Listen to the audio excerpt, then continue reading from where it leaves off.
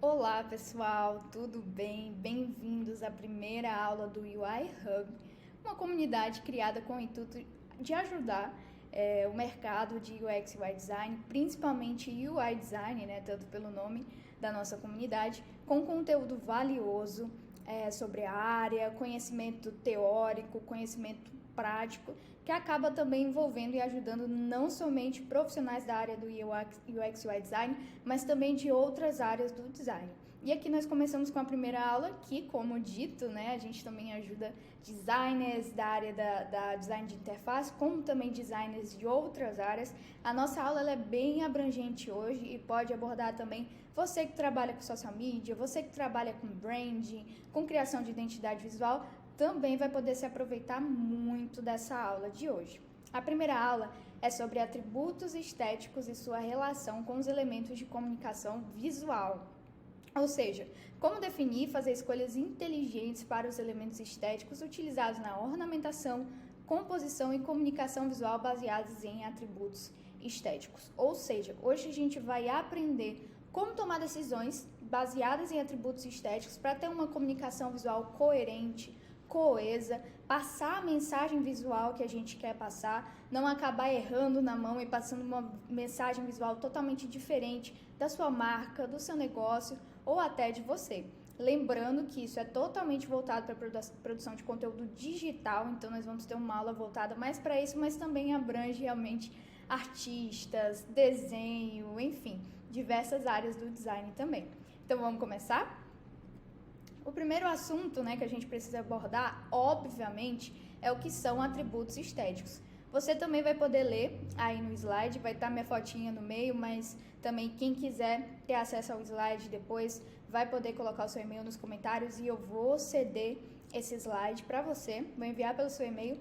Como também, até vou pedir para que você fique até o final, porque a gente tem uma surpresa muito bacana, gente. Eu não vou vender curso, tá? O final não é oferecendo desconto ou nada de curso desse tipo. O final é uma surpresa muito bacana, também gratuita, que você vai ter ao final dessa aula. Então, fica até o final para saber como receber esse slide que a gente está disponibilizando, como também para a surpresa e para o bônus exclusivo que a gente tem no final dessa aula. Então, vamos começar. Os atributos estéticos são basicamente as características próprias que distinguem algo visualmente de acordo com a percepção do espectador.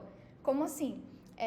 São formas de colocar, ser falado ou escrito, colocar para fora as percepções que a gente tem, principalmente, né, de primeira impressão a respeito de qualquer coisa.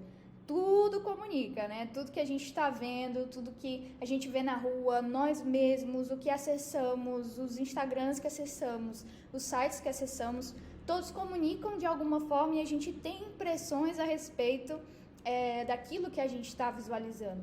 Porém, por ser algo muito subconsciente, a gente acaba não percebendo. Às vezes a gente acessa um site e não gosta muito e a gente não sabe porquê, ou então a gente acessa um site e não transmite tanta confiança para a gente contratar um serviço, às vezes não comunica o que a gente expectava ali quando acessasse aquele site ou visse aquele post no Instagram. Acontece muito e a gente não sabe explicar. Às vezes a gente entra na página e bate aquela sensação de estranheza, algo de errado que não está certo e a gente não sabe explicar. Basicamente, os atributos estéticos são uma forma de explicar visualmente alguma coisa, né? Através das percepções que a gente tem. E aí, o que eu coloquei aqui também no slide, é que é algo muito psicológico, né? Vai depender muito essa descrição a partir da percepção, de acordo com cada cultura, com as experiências individuais que a gente tem, né? De cada usuário que eu coloquei aqui, e até por vieses cognitivos, né? Coisas que dá pra não manipular, porque eu não gosto dessa palavra, mas que podem enviesar você, né? Direcionar você a ter uma determinada percepção. Então, pode variar bastante. Porém, com a globalização que a gente tem hoje em dia, a gente está conectado ao mundo todo, então cada vez mais a gente está tendo tendências, né, que são globais, a nossa percepção vai se afunilando, então fica muito mais fácil para a gente utilizar dessas percepções, porque meio que acaba a associação que um faz, ou a associação de que alguém faz, alguém com a posição de autoridade, alguém com poder de enviesamento faz a respeito de alguma coisa, acaba se tornando um padrão para todos, né? Para tudo que é também comunicado. Então, a gente tem essa facilidade maior com a globalização, né? Porque as culturas, né, estão ali indo além das fronteiras, além dos territórios, e a gente está tendo uma percepção mais geral. Então, acaba que todo mundo acaba tendo a mesma percepção.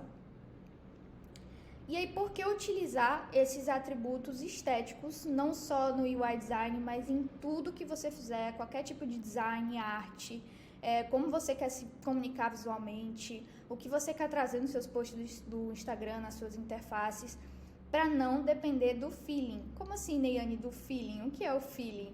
É eu sentir, basicamente, o que eu acho, o que eu penso, o que eu sinto, né? Baseado nisso, eu vou criar, e aí o que eu acho que vai comunicar para o outro, o que eu sinto que comunica para mim, eu acho que vai comunicar para o outro, e aí acaba tendo uma série de ruídos na mensagem. Então, eu posso criar um site, um post no Instagram que pra mim tá super luxuoso, tá super moderno, tá super sofisticado, e a outra pessoa não tem essa mesma impressão. Então, para padronizar, a gente usa elementos que todo mundo vai ter a mesma percepção e vão transmitir aquela mensagem de forma assertiva, para não depender do feeling. Padronizar o que a gente já tem documentado, que já funciona a respeito da percepção das pessoas em relação a uma determinada coisa, para que a gente seja o mais assertivo possível na nossa comunicação visual de qualquer coisa. Porque se a gente depender do feeling, a gente vai acabar, eu sinto uma coisa, você sente outra, outro sente outra, pode dar certo em alguns momentos ou pode dar muito errado, o que para mim, por conta das minhas experiências pessoais, pode ser algo que comunica de uma forma, para o outro eu não acabar comunicando. E eu querer, por exemplo, comunicar a minha marca super sofisticada, moderna, e alguém achar ela super, às vezes brega, às vezes muito acessível, às vezes não profissional, e não comunicar da forma que eu gostaria. Então, a gente utiliza os atributos estéticos para fundamentar, direcionar as nossas decisões para que elas sejam assertivas, que a gente passe a mensagem visual assertiva que a gente quer passar para o nosso espectador, né? Quem está vendo, quem está assistindo, quem está consumindo aquilo visualmente que a gente está produzindo. E aqui é um exemplo, né, que a gente pode documentar essas percepções, né, tirar do nosso subconsciente e trazer para fora a respeito de tudo que a gente acessa.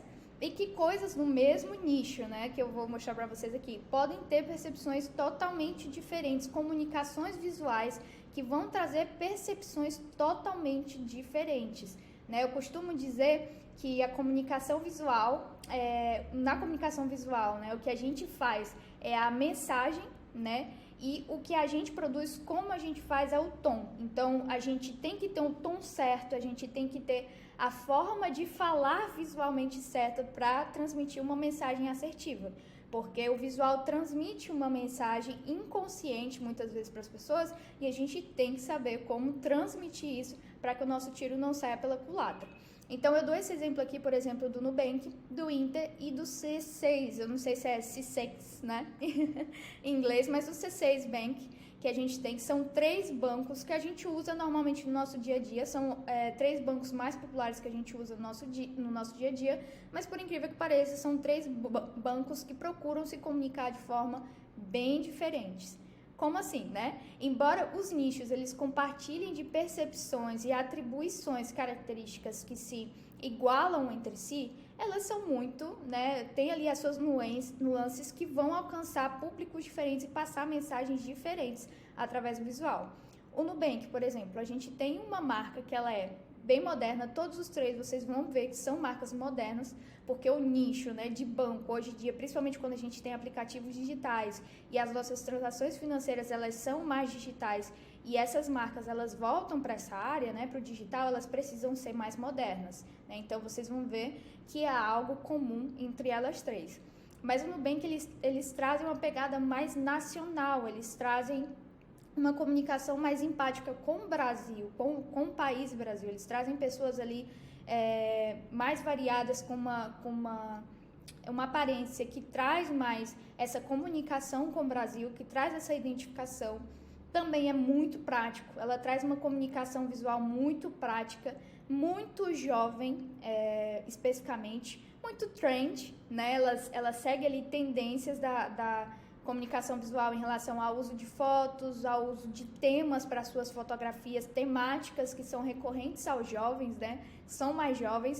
Além de ser bastante acessível, empática, eles têm muito na sua comunicação, embora seja um banco, eles têm uma comunicação visual muito empática e também confiável, né? Então, a gente tem aí primeiro o Nubank, que ele é moderno, ele tem essa comunicação empática, emocional, também ali mostrando um público que a gente se identifica aqui no Brasil, além de também trazer essa confiabilidade que também é necessária para o nicho deles, que é banco, né? Vocês estão vendo que as três também vão trazer essa confiança por conta do nicho, mas também eles trazem essa coisa mais empática, mais tendência, assuntos que estão em alta, né? Ali a questão de atender um público bem misto, de qualquer classe social, de qualquer etnia, mulheres, enfim, eles trazem isso muito na comunicação visual. Enquanto o Inter traz também essa comunicação visual moderna e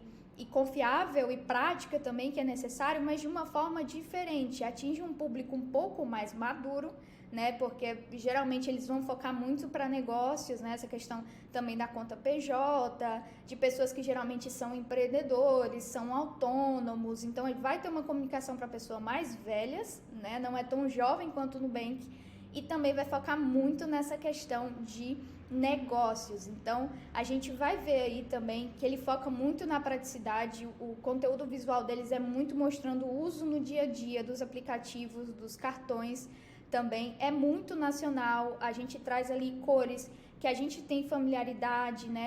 Pessoas também com o rosto comum aqui no Brasil, que a gente vê no Brasil, né? A gente não tem, tipo, pessoas caucasianas, né?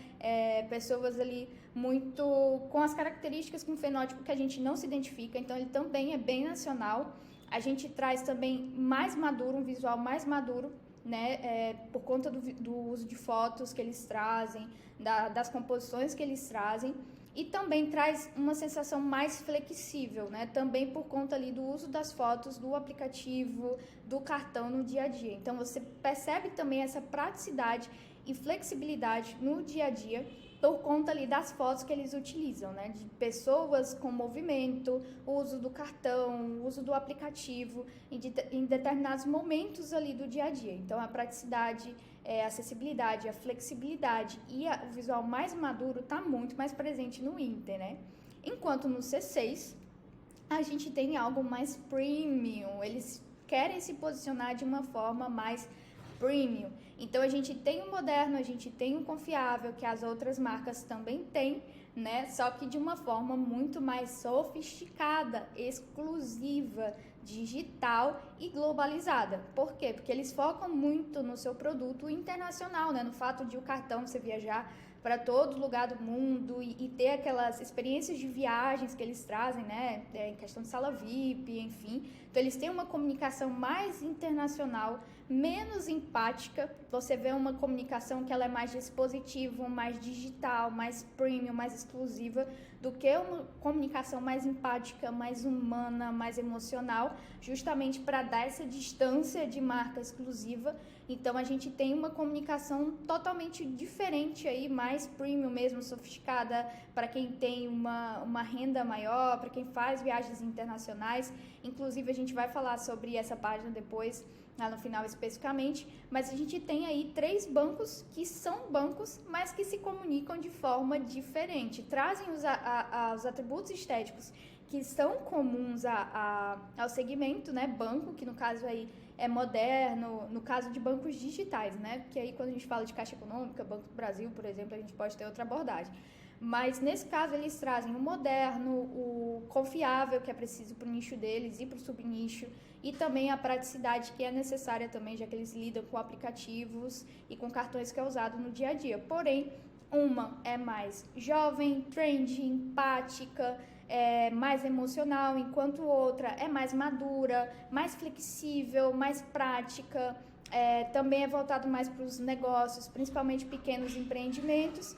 E nós temos o C6, que é uma marca como se fosse, né, ali premium, né, mais sofisticada e também mais internacional, com uma pegada mais internacional de atingir ali realmente um público mais variado. E aí, né, Neiane, você falou tudo isso, mas como é que vai funcionar realmente, né? Como é que é essa relação dos atributos estéticos e a comunicação visual? E aí, o que eu falei anteriormente, tudo comunica visualmente alguma coisa, ou seja, passa uma mensagem. O design é o escritor da comunicação visual, é a gente que vai escrever a mensagem visual para que ela seja assertiva. Eu até aqui coloquei alguns exemplos, ó, bem legais, bem bacanas, sobre as percepções que a gente tem no dia a dia, né? Eu trouxe aqui do iPhone. Quem não acha, isso até eu vou abrir um parêntese aqui, mas quem não acha no Brasil o iPhone moderno, sofisticado e até de certa forma premium, né? E é legal que isso é cultural, isso é do Brasil.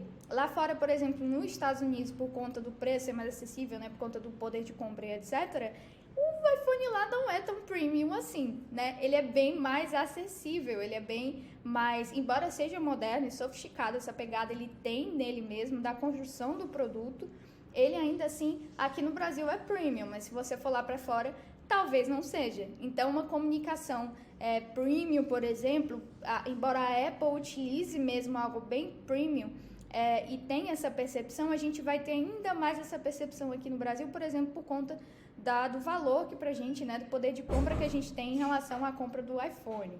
Então, pode variar um pouquinho também na comunicação. Aí eu mostrei também a Lady Kate aqui, a famosa Lady Kate, quem aí é da minha época, que conheceu a Lady Kate, eu acho que ela era do Zorro Total.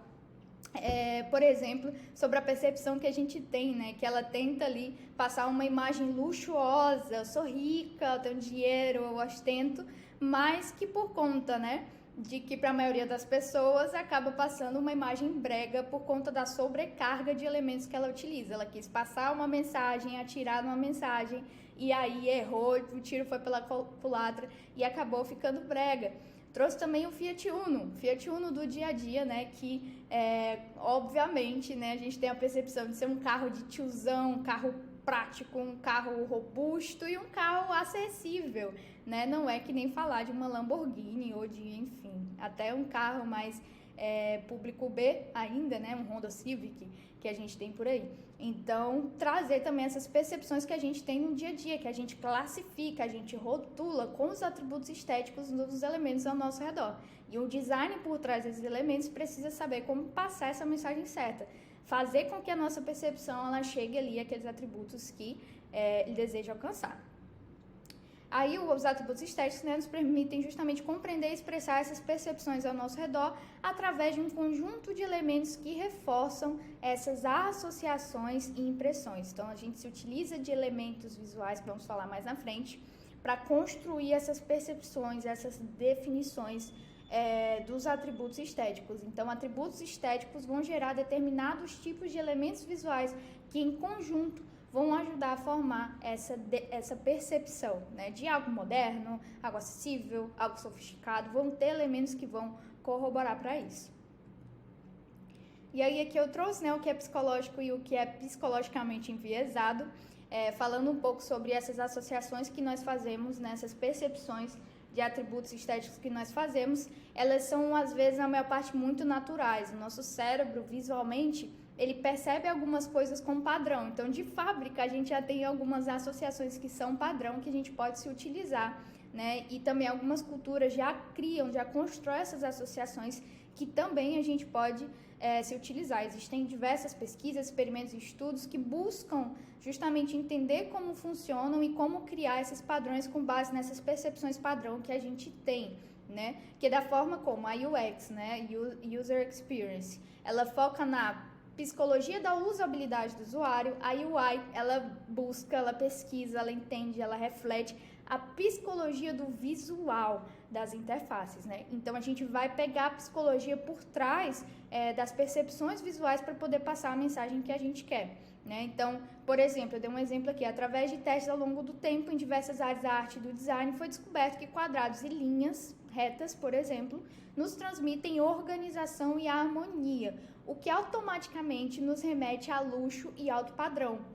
Você pode ver que todas as marcas no mundo inteiro que querem transmitir luxo e alto padrão, não só marcas, mas em todas as áreas do design, design de produto, arquitetura, enfim, né, que querem transmitir esse luxo, esse alto padrão, a gente vai ter geralmente quadrados e linhas retas, né? Tudo muito geométrico. Enquanto círculos, curvas e formas mais fluidas, a gente já remete à informalidade, à acessibilidade, algo mais divertido, algo mais jovem e às vezes até mais inovador, tecnológico, por ter essa quebra de padrão, por ser um pouco mais caótico pra gente, né? E também o mesmo com as cores. A gente tem ali de padrão mesmo, que geralmente cores mais pastéisinhas, geralmente remetem a nichos como mãe e bebê, como bebês pequenos, enquanto cores muito vibrantes, muito coloridas, a algo infantil, a algo mais divertido, né? Algo de certa forma mais jovem. E aí, como a gente encontra essas definições? Como eu sei que linha reta e quadrado remete a luxo e alto padrão, enquanto círculos, curvas e formas mais fluidas vão ali trazer inovação, tecnologia, enfim, acessibilidade, outros pontos como esse, né? Vamos já falar. Que aqui a gente vai fazer uma pausa, né? Enquanto a gente é designer, né, como artista funcional, a gente tem que entender além da função, né? Aliar a função e a forma. O que é preciso transmitir em relação à funcionalidade e a forma que a gente está fazendo isso. Então, para poder falar sobre forma, a gente precisa falar sobre arte. Todo designer ele é artista. Se você está criando qualquer coisa visual, você está criando arte. Então, você precisa entender de arte. E eu vou falar um pouquinho sobre isso e até citar um livro que ele é sobre arte, né? Ele é um livro de arte do Donis, que se chama A Sintaxe da Linguagem Visual, que é um livro que eu super recomendo para vocês estudarem, para qualquer pessoa de qualquer área do design estudar, que vai falar justamente sobre os elementos que compõem a linguagem visual. Porque a gente precisa entender quais são esses elementos para que a gente possa aplicar, né, em conjunto ali para refletir um atributo estético. Então, a gente precisa entender quais são os elementos, primeiro, que compõem a linguagem visual, a comunicação visual, para depois entender como manipulá-los a nosso favor para transmitir determinados atributos estéticos que a gente deseja transmitir. E aí eu peguei um trechinho do livro dele que ele fala assim: sempre que alguma coisa é projetada e feita, esboçada e pintada, desenhada, rabiscada, construída, esculpida ou gesticulada, a substância visual da obra é composta a partir de uma lista básica de elementos, né? Então, tudo que é feito, tudo que é esboçado, pintado, desenhado, rabiscado, construído, esculpido, gesticulado, absolutamente tudo ao nosso redor é composto a partir de uma lista básica de elementos, né? Não os elementos que são os materiais ou o meio de expressão que a gente tem, né? Por exemplo, se é a madeira, se é a argila, se é a tinta, se é o filme, se é o computador, se é o Figma, se é o Photoshop. Mas esses elementos visuais constituem a substância básica daquilo que vemos, né? De tudo que é construído visualmente. E o seu número é reduzido. Ele traz que são o ponto, a linha, a forma, a direção, o tom, a cor, a textura, a dimensão, a escala e o movimento.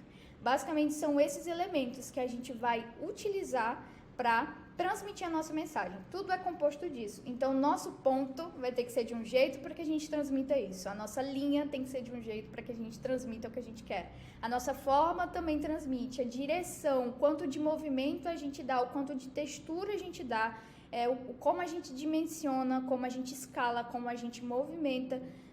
Dependendo da forma como a gente usa esses elementos, a gente manipula eles, a gente passa uma percepção específica para as pessoas que estão visualizando aquela composição visual.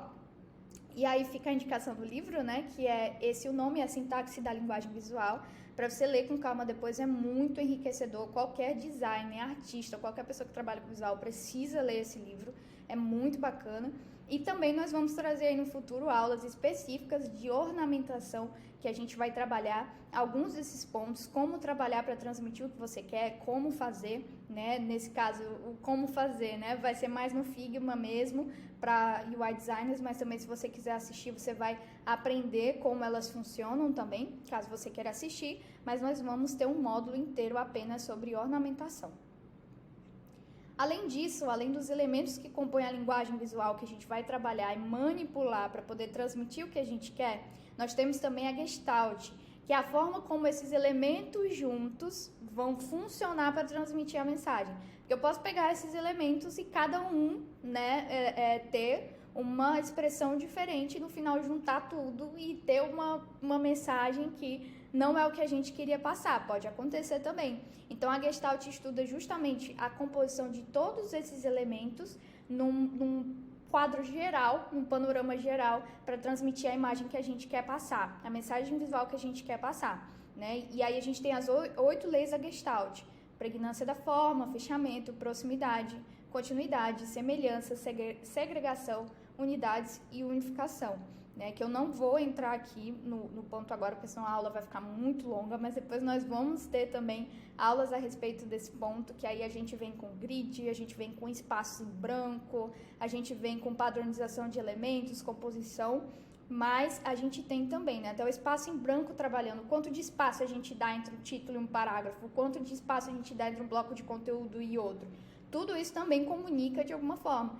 Quanto mais encaixadinho a gente tem algo, mais acessível, mais barato, mais acessível e barato algo realmente parece. Quando a gente traz muito espaço em branco, geralmente traz algo mais luxuoso, algo mais moderno, algo mais sofisticado.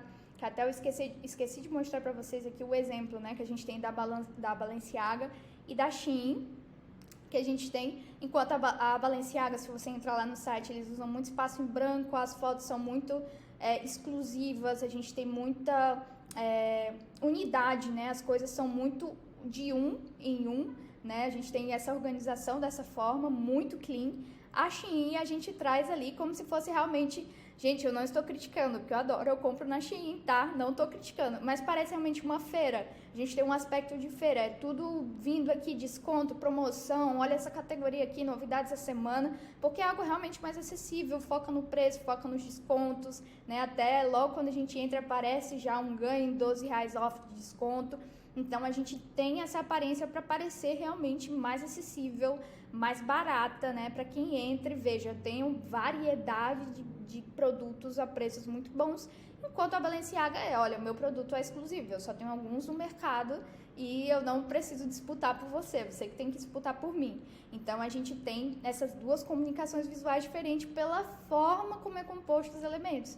Então, quanto de elemento eu organizo por espaço, como eu padronizo, como eles estão dispostos, também comunicam de uma forma totalmente diferente. E aí, né, fica a sugestão também para você estudar em casa sobre Gestalt, como é que funciona, as 8 leis da Gestalt dentro do design, dentro do visual. Nós vamos ter uma aula no futuro, mas até lá, se você for mais apressado, pode estudar a respeito disso, como também ler esse livro que ficou indicado e começar a perceber à sua volta sobre esses 7, são 7 ou são 8? Sobre esses elementos de linguagem visual que estão à sua volta, que tudo é composto disso, né? Então, pegando como exemplo o iPhone, a gente tem as linhas do iPhone, a gente tem a forma, a direção, o tom, a gente tem as cores, a textura dele, a dimensão, a escala, a gente tem tudo, tá presente em tudo e tudo isso de um conjunto comunica de alguma forma, né? Então, basicamente, você pode começar a perceber em casa mesmo, fazer essas associações para poder ir começando a perceber, treinar seu cérebro a respeito disso. E aí a gente tem, né, como entender e aplicar os atributos estéticos na prática, né? Agora que eu entendi o que é atributo estético, né, como eles funcionam, como associar, como eu vou aplicar na minha prática, né? Como eu vou fazer essas associações na prática. Alguns livros, cursos, pesquisas e muito dos conteúdos de arte no geral, nos ajudam a identificar, entender e fazer essas associações. Ou seja, porém, muito no dia a dia se fundamenta basicamente em testes e coleta das percepções do público ao desenvolver um produto, né? Que no nosso caso, basicamente, né, são as interfaces. Ou seja, né, embora a gente possa se basear muito em livros, cursos, pesquisas, conteúdos de arte que vão nos ajudar a identificar, entender e fazer essas associações de atributos estéticos, que tem muito, gente, muito na internet, muitos artigos. Design de embalagens, por exemplo, é muito bacana, mostra pra gente ali pesquisas sobre como o olhar do usuário é conduzido, né? Como é que o usuário percebe a questão da dinâmica e hierarquia visual. A gente tem curso, a gente tem livros, né? O livro que eu passei para vocês, e muito de conteúdos na área de arte, né? Assuntos relacionados mesmo à área de arte, no geral, nos ajudam a fazer essa identificação e fazer essas associações. Então, a gente bebeu muito da fonte da arte, que eu costumo dizer que design é artista, é um artista funcional, vai ajudar muito a gente no dia a dia a entender as composições, né, as texturas, iluminação, sombra, cores, aplicadas ali aos atributos estéticos, né? Porém, no dia a dia a gente tem justamente os testes e coletas dos usuários, né? Como as percepções do público na prática, como eles reagem ao nosso produto, como eles reagem à nossa interface, ao nosso post. Então, assim, né? Isso é muito legal, principalmente para marcas que querem fugir do comum, fugir de definições padrões de atributos estéticos, querem ser underground. Elas acabam fazendo testes, elas criam algo, né, e testam a percepção dos seus usuários, do seu público, da sua audiência, a respeito do que elas criam, e aí fazem os testes, né, das percepções deles baseado ali nos que eles comentam nas redes sociais, enfim, né, no dá o que falar e documenta, né, tudo aquilo dos usuários.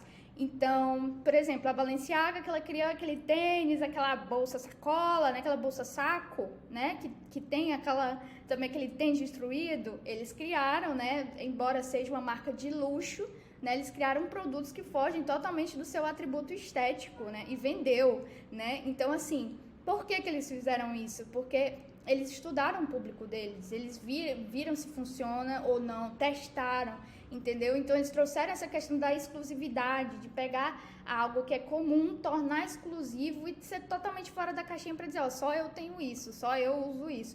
Então, assim, é muito bacana, né, esses testes, entender quem é a sua audiência, como é a percepção dela, mas como a gente não dispõe disso, em grande maioria, né, do nosso tempo e recursos para fazer, né, infelizmente as marcas, elas começam de algum lugar, geralmente buscam a gente não tem aquele recurso financeiro para fazer esses testes, esse recurso de tempo, o que a gente vai fazer, né? A gente vai surfar nas construções visuais de grandes marcas que já pesquisaram, que já testaram, que formaram percepções, enviesaram percepções para poder a gente, né, criar os nossos produtos. Então, a gente vai pegar o que eles já estão fazendo, a percepção dos usuários, o que eles dizem, o que eles acham a respeito, o porquê, documentar, entender, perceber para que a gente tome como base para poder criar os nossos produtos, né? E aqui eu coloquei até um exemplo, por exemplo, né, da gente começar a perceber isso no dia a dia, que tem uma estátua com as roupas bem descoladas, né, com cores bem descoladas, e fazer essas análises. Por exemplo, né, a gente tem uma escultura grega clássica, a gente tem ali uma roupa muito descolada, muito rebelde, antenada, e tem também uma pose muito irreverente, descolada. Então, por exemplo, né, a gente poderia dizer que isso aqui é um clássico moderno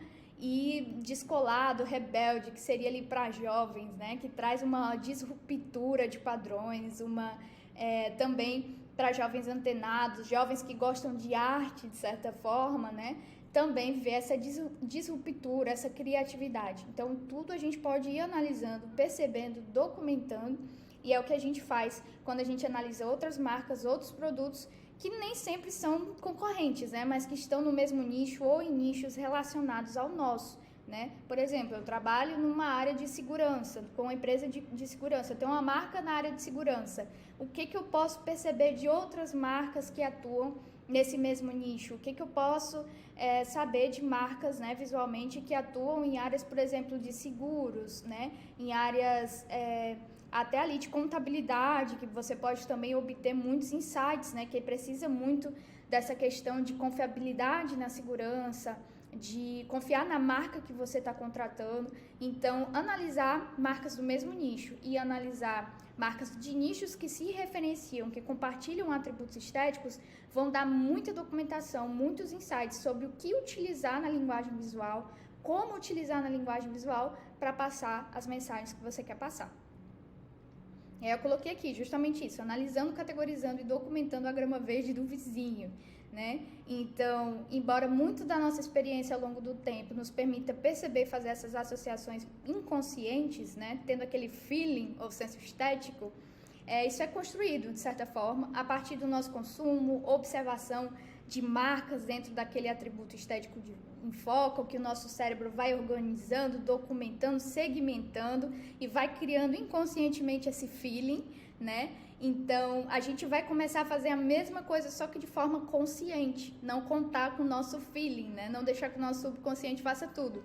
Então, a gente começa a pesquisar as marcas, no nosso caso de design de interfaces, as interfaces do mesmo nicho que tem essa comunicação visual que a gente deseja transmitir, quais elementos são utilizados, como é a linha, como é a forma, como é a textura, como são as cores, como é o movimento, como aquilo é constituído, como é a composição, os elementos eles são muito próximos ou são muito distantes, as tipografias, pesquisar, analisar e documentar absolutamente tudo. E aí eu coloco, né, saia da caixinha e anote todas as suas experiências. Por que uma Lamborghini e um Camaro, por exemplo, são considerados veículos premium? O que difere eles em relação ao desenho dos outros produtos? O que de desenho eles trazem de diferente? A comunicação e o posicionamento visual deles no Instagram, no site, enfim, nas redes sociais. O que eles têm em comum? Como eles se comunicam? Quais são os elementos de linguagem visual utilizados? Como é a tipografia? Como são as cores? Como é o movimento? O que eles têm em comum, por exemplo, com marcas como Prada, Louis Vuitton, que também são marcas de luxo, por exemplo. Pesquisar, fazer associações, não só de interface, não só de posts no Instagram, mas de tudo, dos próprios produtos, e encontrar padrões, né? Por exemplo, né, como citado antes, as linhas retas, mais geométricas, as formas suaves, o movimento, tem uma sensação de movimento contínuo, também, né, ali levemente arredondadas, as espessuras mais finas, que a gente também é muito associada ao luxo, né, texturas mais reluzentes, essa sensação de movimento, criação de pontos focais muito bem definidos. Então, tudo isso a gente vai anotando, segmentando o que a gente observa, que é padrão entre eles, e a gente já vai criando relações aí com os nichos, né? De tanto consumir e ver várias marcas de luxo, enfim, de diversos segmentos, eu vou criando padrões, eu vou anotando padrões, percebendo padrões, para quando eu for criar uma marca de luxo, né, dependendo da comunicação visual dela, se não for uma comunicação de luxo muito acessível, por exemplo, né, eu consegui já colocar em prática esses elementos de linguagem visual que eu documentei e a forma de usar que eu documentei. E aqui eu trago alguns atributos estéticos, né, aqui, são os mais utilizados, né, para tudo, em qualquer área do design, esses são os mais utilizados que a gente tem, e que eles geralmente vêm em pares, né, os atributos estéticos, eles nunca vêm sozinhos, vamos dizer assim, porque dificilmente uma comunicação visual vai expressar duas características opostas, então a gente sempre vai ter antônimos. Se uma marca é extrovertida, dificilmente ela também vai ser reservada. Se uma marca ela é inovadora, dificilmente ela vai ser conservadora. Então, geralmente, a gente tem os pares opostos de cada atributo estético, né? A não ser em casos específicos que a gente utiliza o seu atributo oposto para evidenciar ou para dar menos ênfase a algum atributo, né? Por exemplo, eu quero uma marca imponente, só que eu vou colocar que ela também é modesta, porque eu não quero uma marca 100% imponente. Eu quero uma marca imponente, mas que ainda seja modesta. Tipo como se fosse uma elegante, acessível, sabe? Uma Lady Di, né? Lady Di. Então, a gente pode acabar utilizando o outro para dar um pouquinho de peso, né? Evidenciar aquele atributo ou diminuir aquele atributo. Então, por isso, inclusive aqui depois você pode tirar um print ou quando tiver acesso ao slide você vai poder ter direitinho. É por isso que eu costumo dizer que quando a gente for fazer no briefing, a gente sempre colocar uma escala de 0 a 10, quando for documentar tudo, né? For documentar com o cliente, coletar no briefing, fizer mood board, etc. A gente pegar, por exemplo, a marca entre 0 a 10, né? 0 sendo reservado e 10 sendo extrovertido. A marca, ela é, por exemplo, 7 extrovertida. De 0 a 10, né? Onde 0 é conservador e 10 é inovador, a marca é, por exemplo, 5 inovadora. Então, ela vai ser um misto. Então, sempre não utilizar um ou outro, mas fazer uma escala onde você consiga trabalhar o que é mais e o que é menos, para justamente ter essa flexibilidade na comunicação, né, em casos de públicos diferentes, com posicionamentos diferentes, ter essa amplitude na utilização dos atributos estéticos.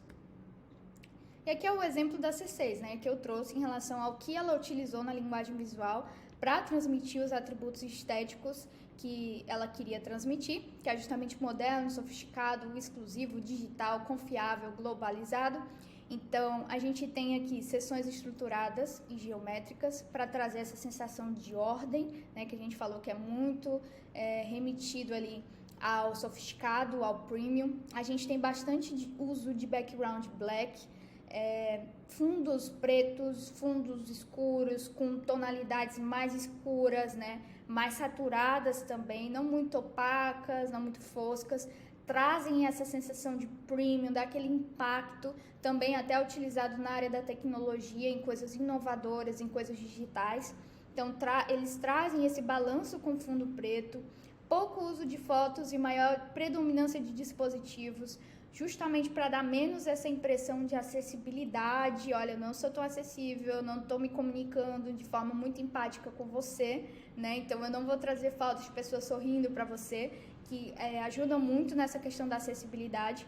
Então, eles trazem muito foto de dispositivo, degradês com cores ali análogas, saturadas e opacas apenas em texto de destaque. Então, eles trazem um degradê muito bacana, com cores que já remetem ao nicho deles, né? A gente tem ali o laranja e o rosa, que é quente, que tem esse movimento.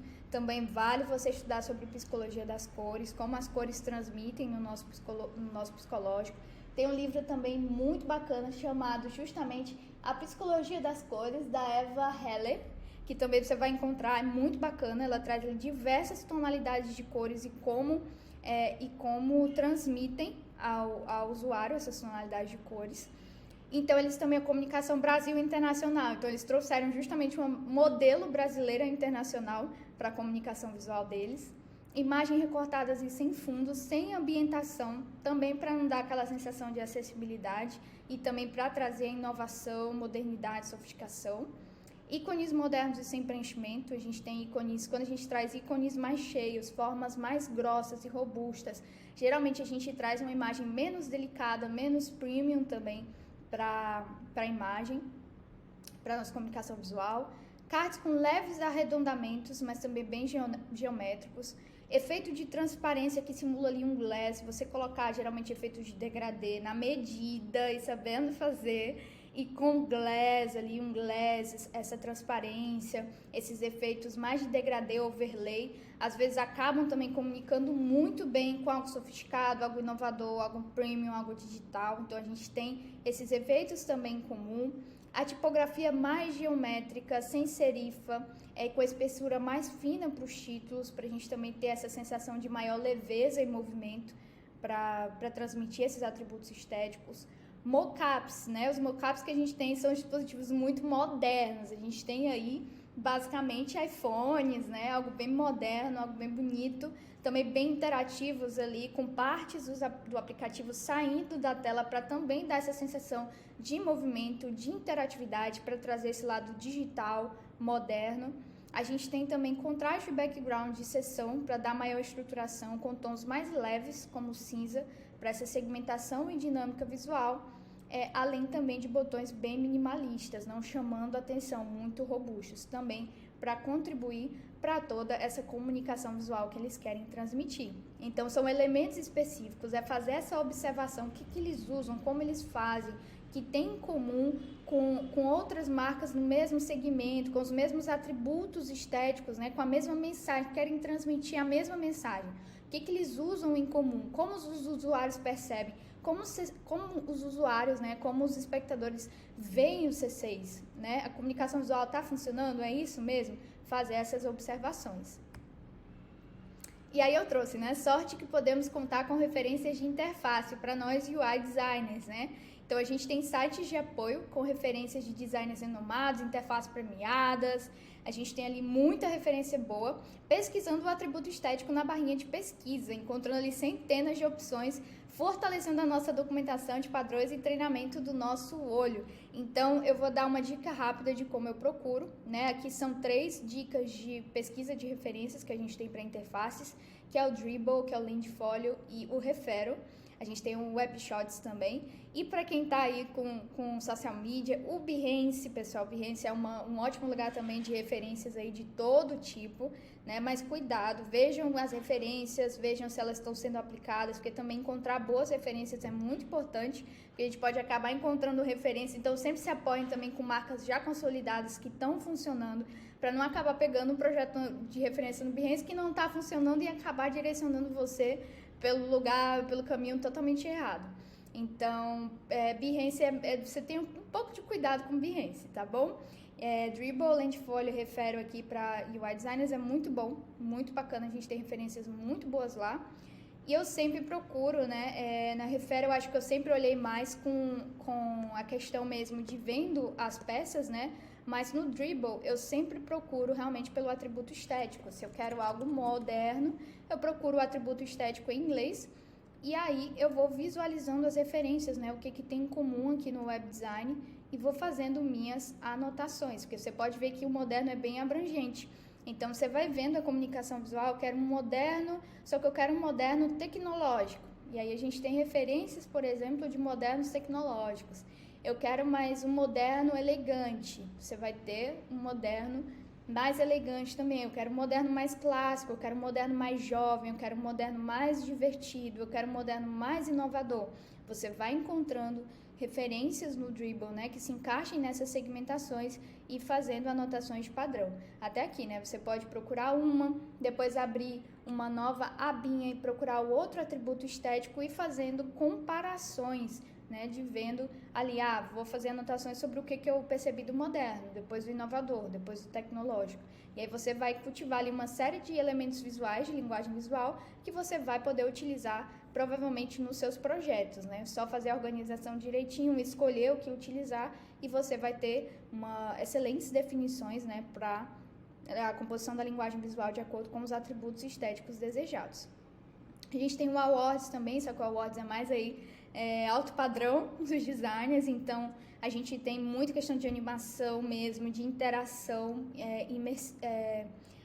projetos mais imersivos. Então a gente vai ver aí sites onde você realmente entra e são imersivos mesmo. Então se você já tiver por aí, o Awards é excelente, né, para você dar uma olhadinha. São sites aí premiados no mundo inteiro, muito bom. E temos o Refero também, né, que eu nem sei se é assim que pronuncia, mas que a gente tem excelentes referências aqui também de interfaces, e o AppShots, que também é só para aplicativos especificamente, né, aplicativos aí de marcas que funcionam, ou que já estão funcionando. Você vai poder ver aí aplicativos de grandes marcas também, para dar uma olhadinha no visual, no que está funcionando, ver como é que os usuários estão percebendo essas marcas. Voltando aqui para o slide. E como descobrir isso, né, nos nossos projetos, né? Para você que está fazendo sozinho, para você mesmo ou para outro cliente, você basicamente vai documentar através de briefing, moodboard, né, e documentar tudo que você descobriu. Então, caso o cliente já tenha uma boa gestão de brand, um brand já vai te trazer tudo isso, todas essas informações, pelo menos 80%. Né? Mas caso não, você vai precisar descobrir. E aí você vai ter 3 pilares, né? A personalidade da marca, o público-alvo e como a marca deseja se posicionar, ou seja, a personalidade da marca. Então você precisa descobrir qual é a personalidade da marca, né? Como ela quer se posicionar para o público dela, como ela quer se mostrar e também para quem ela vai transmitir a mensagem. Então é muito importante saber esses 3, né? Qual é a personalidade da marca? É uma marca moderna? Tá, a personalidade é moderna. Como ela quer se transmitir também é moderna? É. Mas o público dela é mais acessível, mais tradicional, mais conservador? Então vai precisar pensar justamente em quem está recebendo a mensagem para que se identifique com a mensagem, a personalidade da marca para que ela continue sendo autêntica e como ela quer se posicionar. Então a gente vai ter esses 3. Nene, eu quero que a minha marca seja bem elegante, mas meu público é B e C. E aí, o que eu vou fazer, né? Você vai manter a autenticidade da sua marca, vai ser um elegante para o público B e C, mas você vai fazer aquilo que eu falei. Colocar o atributo, por exemplo, acessível, mais cheap, né, mais barato, trazendo um pouco, tirando um pouco do elemento elegante para que você consiga comunicar com o seu público. Porque senão seu público vai ver essa marca super elegante e vai achar, não é para mim, isso não é para mim. Então é preciso justamente saber quem você é, né? Quem é a sua marca, ou a marca que você está trabalhando, o público que vai receber essa mensagem, que vai receber a comunicação visual dessa marca, né? E também como essa marca deseja se posicionar, se ela a personalidade dela mesma ou se ela deseja se posicionar de alguma outra forma. A gente vai coletando essas informações através do briefing, né? Que a gente vai fazer essas perguntas no caso para o nosso cliente, ou a gente fazendo nosso papelzinho mesmo, né, se for para a nossa marca, montar um mood board, que é justamente pegar as referências que se encaixam ali nos atributos estéticos que a gente coletou, né, de quem é a marca, quem é o público, como vai ser o posicionamento, criar esse mood board e depois documentar tudo. Registra e documenta todas as informações coletadas, que aí você vai ter o seu parâmetro, né, os seus direcionamentos para a sua comunicação visual, o que você escolher para a linguagem visual da sua marca, como você vai se comunicar. E aí é isso, né, a gente tem aí tudo que a gente aprendeu nessa aula, que é justamente você ter essa percepção através de análise, através de consumo, através de contato. Então, os atributos estéticos, eles categorizam, é como se rotulasse o visual, que geralmente a gente não consegue fazer isso de forma consciente, é trazer para o consciente o que a gente já faz o tempo todo inconscientemente.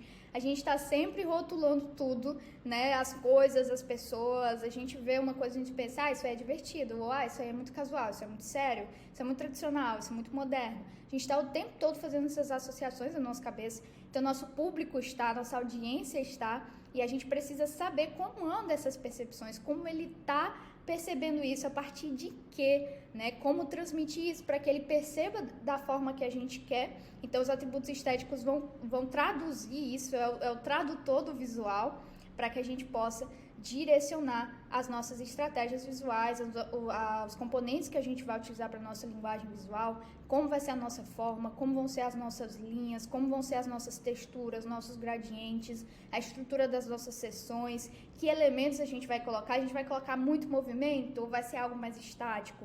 Então, eles vão categorizar, e aí eu deixei para vocês a listinha aqui no slide de todos os atributos estéticos que a gente utiliza normalmente. Então, com isso, você já vai ter uma base, você vai poder pegar os sites, os posts no Instagram e começar a perceber isso aqui é moderno ou é tradicional, conservador. Isso aqui é elegante ou é acessível. Isso aqui é tecnológico ou é humanizado, empático. Você já tem ali os antônimos e vai poder analisar com base nesses atributos estéticos. E aí você vai poder você mesmo anotar e dizer, isso aqui é elegante porque eu observei que, por exemplo, a foto das modelos nunca olham para mim. Nunca estão olhando para mim. Eles sempre utilizam muito preto, branco e cinza. Tem muita cor de preto, branco e cinza. A fonte, a tipografia é sempre muito fina. Sempre tem a serifa. Ou não tem a serifa, mas são mais modernas, tem mais movimento. Né? Eu vejo muitos elementos flutuantes. Ou não, eu vejo que é tudo muito estático, não tem muita dinâmica visual. Você vai começar a documentar tudo. Primeiro escolher os atributos estéticos e depois documentar o porquê. O que você acha de padrões nesses materiais visuais que você encontra dentro daqueles atributos, e aí você vai criando essas associações, até para você fazer sua própria marca, você criar seu próprio post no Instagram, né? Você primeiro precisa ver, traduzir como você quer se posicionar, quem é o seu público, como é a personalidade da sua marca, que aí com base nisso você vai conseguir encontrar referências no mesmo nicho ou nichos semelhantes que utilizem esses mesmos atributos, fazer as observações, fazer as anotações para poder escolher os elementos que vão compor a sua linguagem visual. E esse é o resumo da nossa aula, foi o que a gente aprendeu hoje, né? Ao longo aí das próximas aulas, nosso próximo módulo vai ser sobre ornamentação, então a gente vai falar muito sobre isso e por isso essa é a nossa primeira aula.